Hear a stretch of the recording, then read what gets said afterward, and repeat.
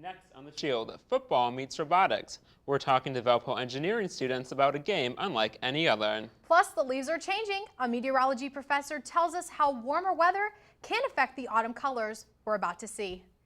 We've got sunny skies right now. However, showers and storms are on the horizon, and I'm tracking them. I got a full forecast for you coming right up. You're watching this edition of The Shield.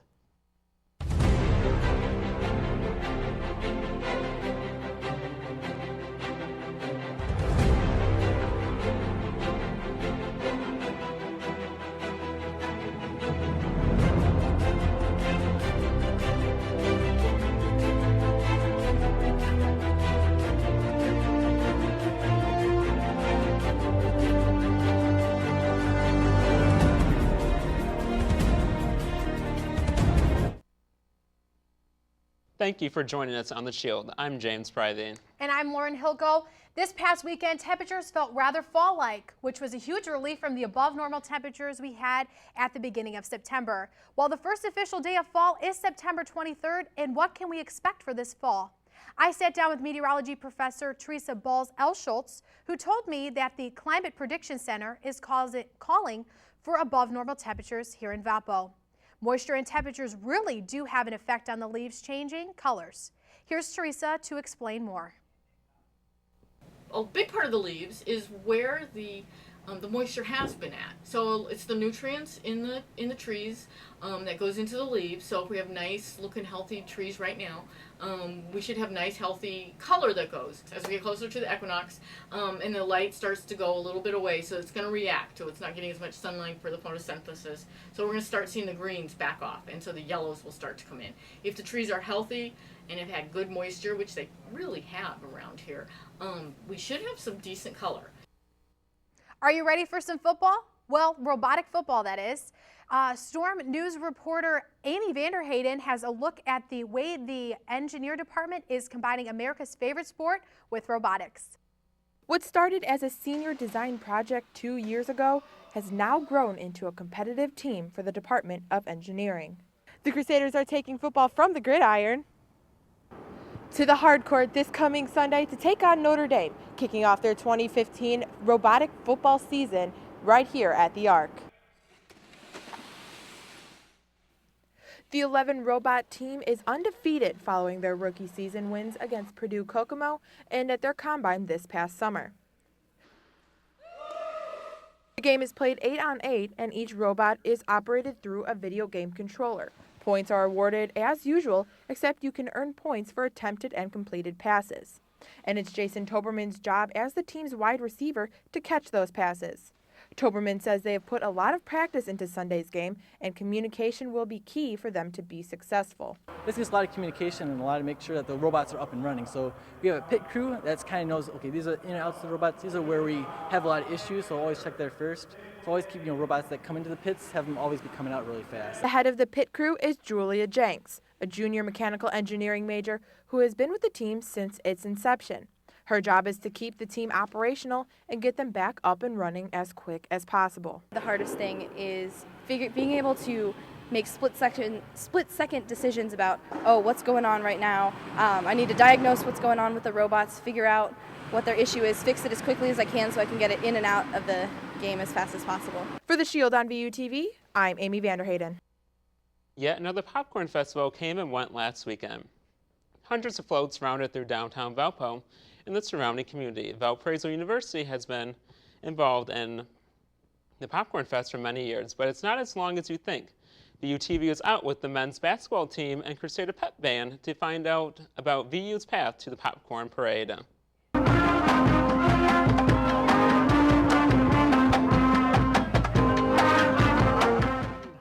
7 to 9 years ago, we started getting involved in the popcorn parade, and I ended up borrowing some trailers from Hurlitt's Farm, and we tow it with our squad car, and it's a good time. We started about 7 years ago, I think.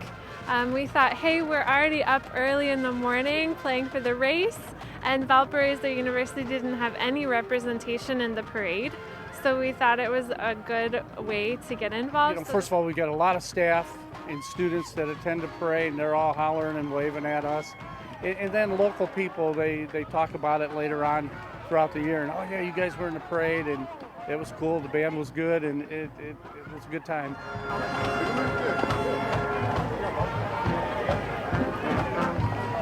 BUTV! Nice! Now, I don't know about you, James, but I've been really enjoying this weather. What have you thought of it? I think it's beautiful out there lately. Yes, I know we've had sunny conditions and warm temperatures, and we are joined by Matthew Stoughton for a look at our weather forecast. Matt? Boy, yeah, it has been fantastic the past few days, and we're going to have one more day of this lovely summer-like weather, but there are three things I do want you to know. First of all, it's going to be pretty windy out there today. Southwest winds are priming the atmospheres for our next system that's coming our way. We got 2 rounds of showers and storms approaching for your Friday morning and Friday evening, and then after these storms pass through, cooler temperatures will be in store for us on our Sunday and into next week. So if you guys have any plans on your Friday or Saturday, make sure you bring an umbrella just in case. Well, thank you, Matt. College shootings. Next on the Shield, new developments on the Delta State University shooting we brought to you on Monday. Plus, a former tennis star wrongly detained by New York police. Newly released video seems to confirm his version of events. This story and more just ahead.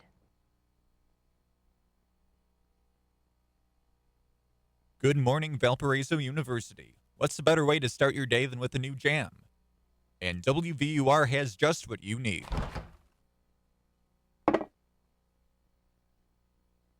But if you close your eyes, does it almost feel like nothing changed at all? And if you close your eyes, does it...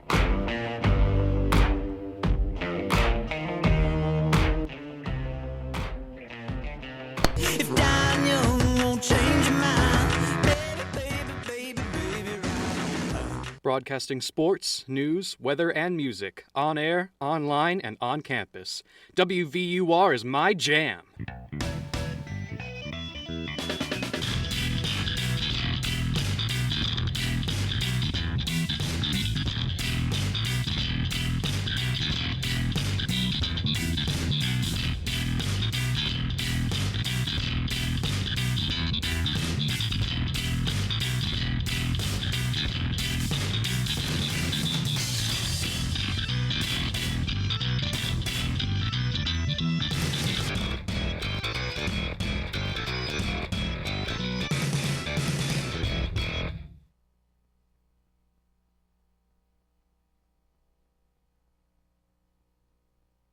On a campus plagued with terrible weather, Valpo students suffer from boredom with no motivation to leave their room. They begin to search for free movies and stumble upon Valpo's new free movie streaming website, where you get unlimited free access to recent movies like Despicable Me 2 and Jobs at the tips of your fingers.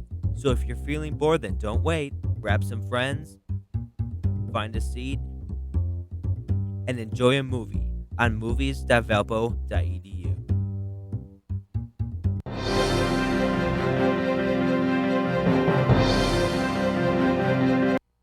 Welcome back to The Shield. We want to start off with an update of a story we brought to you on Monday. Shannon Lamb, the man suspected of killing a Delta State University professor, is believed to have shot and killed himself just as officers were closing in. CNN reporter Ed Payne reports. Police searched the campus of Mississippi's Delta State University, trying to find the man who shot and killed Ethan Schmidt, an assistant professor of history. We are grieving on this campus for his loss, and our condolences are with his family at this time. Police believe Schmidt's colleague, Shannon Lamb, shot and killed him. Officials say at the end of a day-long manhunt as police closed in on him Monday night, Lamb ditched his car and ran into the woods. Officers heard a single gunshot, then found him dead. Investigators also suspect Lamb of killing a woman about 300 miles from the university, 41-year-old Amy Prentice. According to the local police chief, Lamb and Prentice lived together. It's not clear what his relationship was with either of the victims or why either of them were killed. I'm Ed Payne reporting. In other news, Michigan police say they have found a disabled man in what many would see as horrifying conditions. Veteran officers are calling it one of the worst abuse cases they have ever seen. His caretaker, you ask? none other than his own sister. CNN's Jessica Dupnack has the story. I've never seen anyone living in this type of condition. That's what police officers found when they were sent to this home in Mount Morris Township to check on a man who hadn't been seen or heard from in years. He described the smell as being unbearable. It got worse when they found the 62-year-old man in his bedroom. The victim was covered with cockroaches and feces and a urine-soaked bed with a bewildered look on his face, like, help me. The GM retiree had suffered a leg injury, leaving him unable to walk. That's why he relied on his sister, Patsy Marshall, and her husband, Andrew Green. But instead of caring for him, they kept him hidden in the bedroom, maybe for as long as 7 years. He was alert and knew what was going on. He just didn't have movement of his legs. He was fed just one meal a day and couldn't get out of bed to use the bathroom. He had virtually no contact with anyone in the home, including 2 children who lived there. They basically intentionally cut him off from communication from the outside world. Marshall and Green are now charged with vulnerable adult abuse and unlawful imprisonment. When they were questioned by police, They basically attempted to blame it all on him. the man is recovering in the hospital. Eventually, he will be moved to an adult care facility. He told police he's alive because they found him. He also told the officers several times, thank you, you saved my life. New York City Police Department has released surveillance footage of an incident involving former Olympian and tennis pro James Blake and an undercover officer. CNN's Kim Hutchinson has the story. James Blake is seen standing outside a Manhattan hotel when an undercover cop tackles him. The video shows the officer, who was working an identity theft investigation, throwing Blake to the ground and handcuffing him. The former tennis star was released about 10 minutes later when officers realized they had the wrong man. The officer involved, James Frescatore, is already a defendant in 2 federal lawsuits alleging excessive force. He's been placed on desk duty. Apologies were made Friday by New York officials. At this time, I see this as a case of excessive force, inappropriate force. I want to apologize to him on behalf of the city of New York. This shouldn't have happened, and he shouldn't have been treated this way. And I think it is a reminder of why we have to continue to make reforms. Blake said in a statement released Friday that he appreciates the apologies, but courtesy was not enough.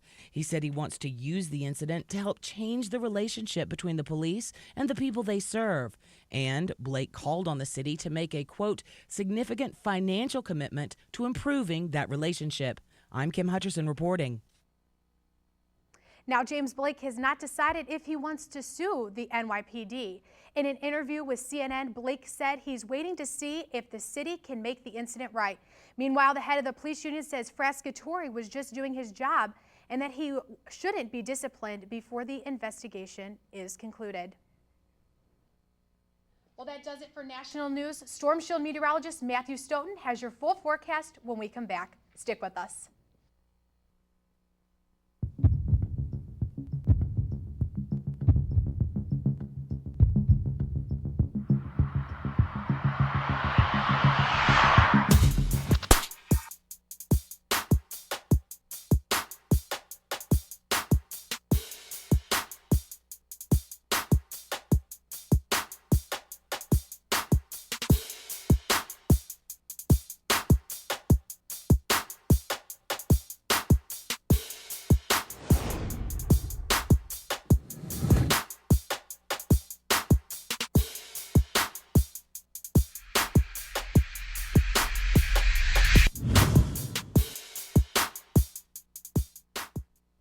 Good morning, Valparaiso University. What's a better way to start your day than with a new jam? And WVUR has just what you need.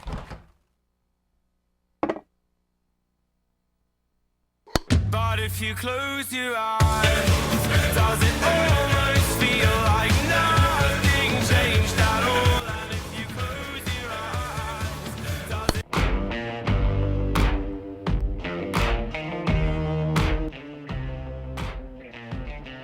If dying young won't change your mind, baby, baby, baby, baby, right. broadcasting sports, news, weather, and music on air, online, and on campus. WVUR is my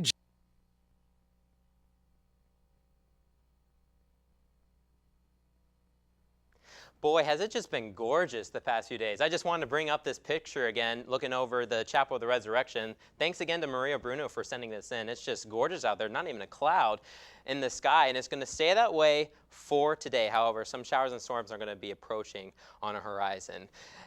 We start out today, in the morning, we're going to start in the lower 70s. By noon hour, we're going to be at 78, 79 in Gary, and then 78 also in LaPorte. And by the 4 p.m. hour, we're going to hit our high of 81. Everyone around the area is going to be about the same, 81 in LaPorte, 82 down south in Wheatfield. However, the winds are going to really start to pick up. You see at the 2 o'clock hour, this model has steady winds at about 14.4 miles per hour here in Valpo.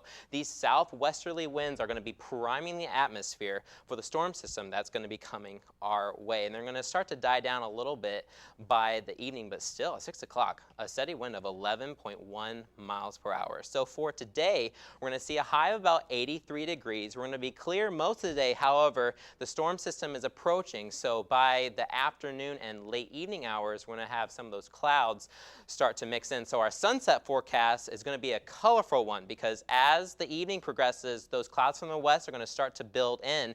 And when the sun dips behind those, we could get some, what are these are called, crepuscular rays. So the sky could just be lit up with a ton of oranges and purples. So it should be a beautiful one out there.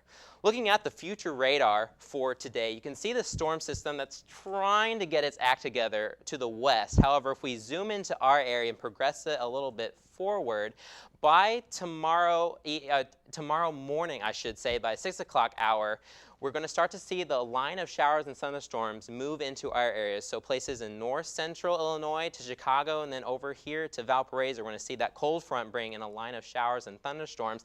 Then we have a break by the noon hour on Friday. However, another round starts to come on in as the system really starts to kick into gear. This round could be stronger. So if you have any flights out on your Friday afternoon, make sure you check with your airlines to see if we have any delays or cancellations at O'Hare, Midway, or South Bend. But by Saturday morning and afternoon, the rain's going to clear out. So if you have plans on Saturday afternoon, they should be good. So for example, if you're headed to the Notre Dame game, you should be clear by kickoff at 2:30.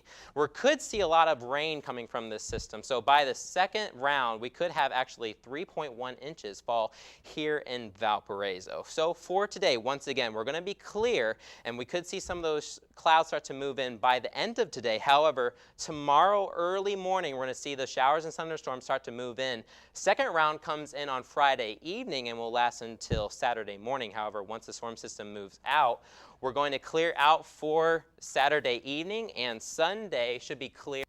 Be a little cool.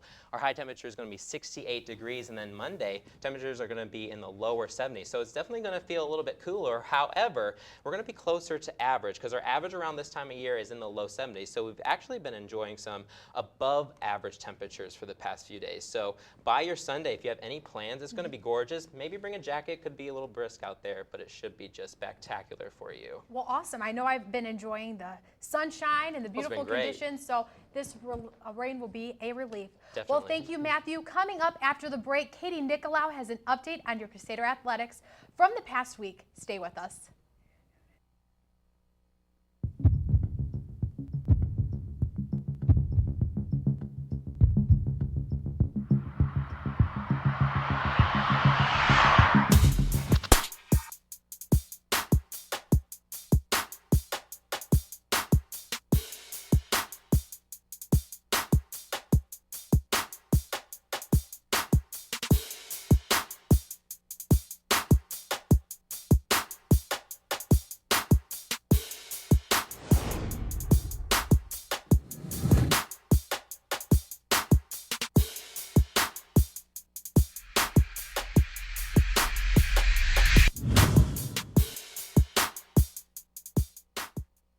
Good morning, Valparaiso University. What's a better way to start your day than with a new jam?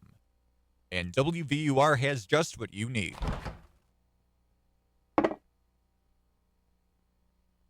But if you close your eyes, does it almost feel like nothing changed at all? And if you close your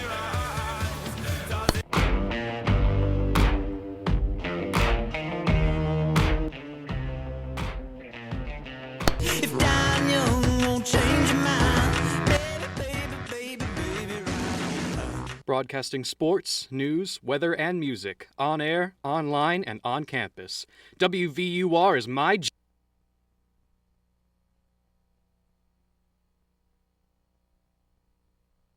Hello, I'm Katie Nickolaou in for Parker Gatewood with today's Crusaders Sports Update. With men's soccer, volleyball, women's soccer, and football all in action, it was a wild week for Crusaders sports. The men's soccer team traveled to take on a solid IUPUI Jaguar team in Indianapolis on Friday. Matthew Guay tied the game with a goal in the 66th minute, and Isaiah Madrid scored the golden goal in double overtime to win it for the Crusaders. The win will take Valpo's record to 2-2-1. They will be back in action this upcoming Saturday in their Horizon League opener at Detroit. That one will begin at 12 p.m. The volleyball team took part in a home opener in the Popcorn Classic this past weekend. 5 different teams, including the Crusaders, took part in what turned out to be a fantastic weekend. Valpo opened up the weekend with a clean 3-0 sweep of Kennesaw State, led by Emily Campbell's 15 kills. Morgan Longoria played well off the bench for the Crusaders, leading the team with 13 digs. In the second match of the weekend, the Crusaders matched up with Elon Phoenix. For the second straight match, Valpo swept all 3 sets with scores of 25-21, 25-18, and 25-16. Once again, Emily Campbell led the way for the Crusaders with 12 kills. After back-to-back wins on Friday, Valpo matched up with Savannah State on Saturday morning. The Crusaders wasted no time showing their talent, winning the first set easily, 25-13. Using that momentum, Valpo won the next 2 sets, 25-17 and 25-11. This win set the stage for the Crusaders to meet up with Loyola to decide who would win the crown of the Popcorn Classic. With both teams coming in at 3-0 on the weekend, this was the match everyone wanted to see.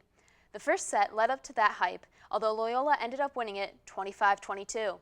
After that, the Crusaders struggled to regain any momentum, and Loyola won the next 2 sets, 25-18 and 25-21, ending the Crusaders' undefeated season. Valpo will look to get back on track tomorrow against Toledo at the Arc at 7 p.m. Women's soccer team has a busy weekend with a pair of games against Eastern Washington and Bowling Green. The Crusaders lost a heartbreaker on Friday night to the Eagles in double overtime, but bounced back on Sunday with a draw against the Falcons. Valpo will look to get back in the winning column on Friday night in their Horizon League opener against Wright State. The football team struggled again this past weekend in a tough 56-3 loss to Sacred Heart. Jacob Newman kicked a field goal for the second game in a row. The Crusaders will be back in action this Saturday at home against College of Faith. That's all I have for today. For more on Valpo Athletics news, log on to valpoathletics.com. Well, thank you so much, Katie. We have a final look at weather. When we come back, stay right here.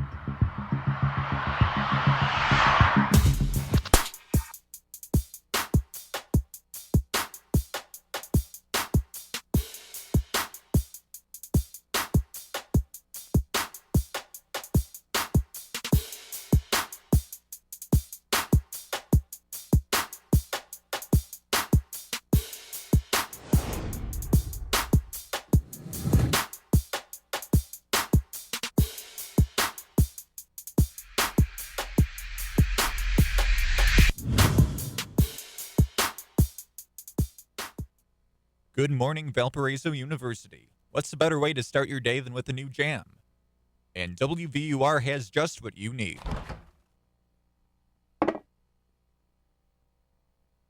But if you close your eyes, does it almost feel like nothing changed at all? And if you close your eyes, does it...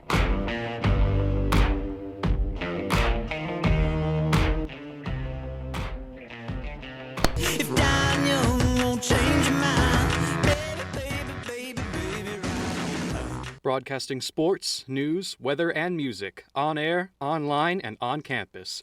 WVUR is my Welcome back. We are learning of a bizarre series of home burglaries in the Colorado area. Police said that they have reports of several home break-ins where thieves take nothing but food and drinks. CNN reporter Jacqueline Allen talked to residents who discovered that their refrigerators have been raided. It's pretty empty now. Looking in her fridge, Caroline Palmer is missing some food. Maybe he was just like a hungry kid. I don't know. Last Friday, she drove up to her West Denver home and saw a stranger inside sitting on her couch. The television was on, blaring.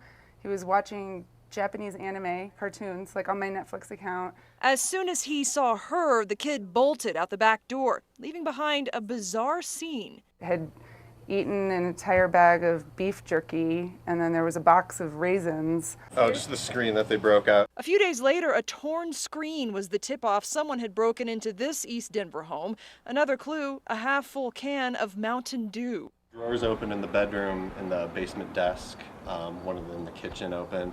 But nothing was taken, nothing was thrown around. These were unlocked. It's the same story at Caroline's house, where the thief got in through a latched screen door. The only thing he took from my house was the pack of gum. Denver police say they don't believe these or other recent food break-in cases are connected, but they serve as a warning. It's pretty violating to have somebody come into your house and be in your things. I had a hard time sleeping the next couple of nights after that. It was just strange to know that somebody was in here looking through all our personal stuff. I'm just thankful that nothing worse happened.